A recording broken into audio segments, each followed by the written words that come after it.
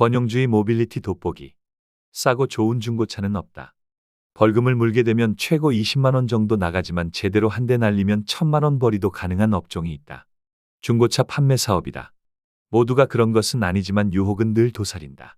일반적인 허위 매물 과정은 매우 간단하다. 돈이 필요한 중고차 사업자가 비싼 광고비를 내면서 다양한 인터넷 중고차 사이트에 매물을 보여준다.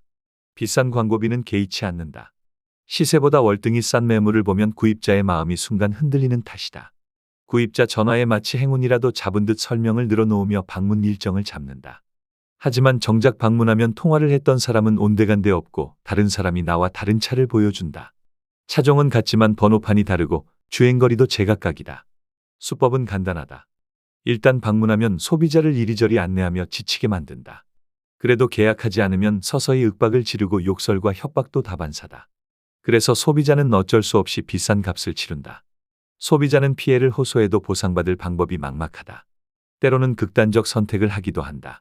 실제 지난 2021년 저렴한 중고차 매물을 보고 방문했던 60대 소비자는 200만 원짜리 중고차를 700만 원에 샀다.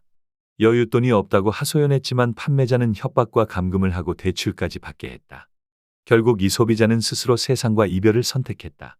경찰은 4명을 구속하고 22명을 입건했지만 허위 매물은 여전히 활개를 친다. 돈의 유혹이 그만큼 강렬하기 때문이다. 문제가 끊이지 않자 중고차 업계 스스로 허위 매물 근절이라는 캐치프레이즈를 내걸며 소비자를 유인한다. 그러나 모든 사업자가 자정 노력에 참여하는 것은 아니다. 중고차 판매자 입장에서 허위 매물은 소비자 심리를 자극하면서 짧은 기간에 자금을 회전시킬 수 있는 강력한 유혹인 탓이다. 허위 매물이 사라지지 않는 근본적인 이유는 욕심이다. 허위 매물로 돈을 벌려는 악덕 판매업자도 욕심이지만 남들보다 저렴하게 구입하려는 중고차 소비자의 욕망이 존재하는 한 허위 매물은 쉽게 사라지지 않는다. 시세보다 적게는 20%, 많게는 50% 싼 문구는 그저 눈속임일 뿐이다. 중고차로 눈을 돌리는 소비자는 새 차 가격이 부담스럽기 때문이다. 이때 자신이 찾는 차종의 연식과 주행거리를 감안했을 때 시세보다 훨씬 저렴한 매물이 있다면 구매 욕망은 꿈틀거리기 마련이다. 중고라는 단어가 의미하듯 중고차는 제품 상태에 따라 얼마든지 가격이 달라질 수 있는 상품이다. 하지만 기본적으로 중고차는 이미 사용된 자동차라는 점에 문제의 본질이 있다.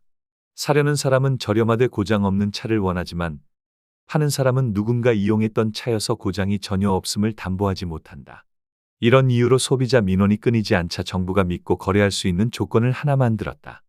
판매자가 1개월 또는 2,000km 이내 보증 수리를 해주는 내용이었다.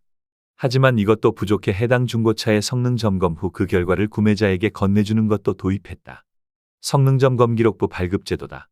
그런데 여기서도 문제가 해결되지 못했다. 성능 점검 자체에 대한 신뢰성 때문이다. 이유는 점검자가 곧 판매자의 고객이라는 점이다. 점검해주고 돈 버는 사람에게 판매자가 점검을 맡기지 않으면 검사자의 수익이 줄어든다. 그러니 판매자가 요구하면 문제 있음이 문제 없음으로 둔갑하기 일수다. 그래서 성능 점검에 문제가 있다면 누군가 책임지는 보증 방식을 도입했다. 제3자가 객관적으로 성능 점검에 문제가 없음을 보증하고 문제가 생기면 보증하는 사람이 손해를 배상하는 방식이다. 하지만 보증은 의무가 아니어서 문제가 사라지지 않는다. 설령 보증한다 해도 점검에서 미처 발견하지 못한 문제점이 드러났을 때 책임을 미루기 급급하다. 소비자 피해가 끊이지 않는 배경이다. 그러자 정부가 중고차 시장에 대기업 진출을 허용했고 현대차가 진출하겠다고 했다. 중고차 업계에 강력 반발이 있었음에도 정부는 소비자가 원한다는 점을 들어 진입을 허락했다. 물론 그 배경에는 형평성 논란도 자리했다. 같은 자동차 회사인데 수입차는 하고 국산차는 못하게 막는 것이 곧 불공정이라는 논리다. 현대차는 10월 24일부터 팰리세이드, 제네시스 G80 인증 중고차에 대한 시판에 들어갔다. 현대차의 중고차 사업 진출은 관점에 따라 강자와 약자의 시각이 분명하게 갈린다. 먼저 정치권은 중고차 시장에서 대기업과 중소기업의 관계를 강자와 약자로 구분한다. 따라서 약자인 중고차 업계를 보호하는 것이 정치의 본분이라 여긴다. 그런데 중고차 업계와 실제 소비자 관계에선 판매자가 강자이고 소비자가 약자다. 구매자가 제품 정보를 얻을 수 없는 레몬마켓인 탓이다. 한국소비자원이 지난 9월 국회에 제출한 중고차 피해구제 현황에 따르면 2021년 피해구제 건수는 94건이지만 2022년은 112건에 달한다. 특히 표시광고와 애프터 서비스 불만 구제가 각각 29건과 27건으로 많았다. 그렇다면 중고차 사업에 진출하는 대기업과 소비자는 어떤 관계일까? 강자와 약자의 구분이 쉽지 않다. 대기업은 자칫 품질 문제가 발생했을 때 기업 이미지가 훼손될 수 있다. 따라서 더욱 품질에 만전을 기하지만 그만큼 가격은 오를 수 있다. 일반적으로 특정 동일 제품을 구매할 때 백화점, 할인점, 재래시장의 판매 가격은 천차만별이다. 통상 백화점이 가장 비싼 이유는 그만큼 이용시설이 잘 갖추어져 있기 때문이다. 제품의 다양한 편의적 부대 비용이 포함됐다는 의미다.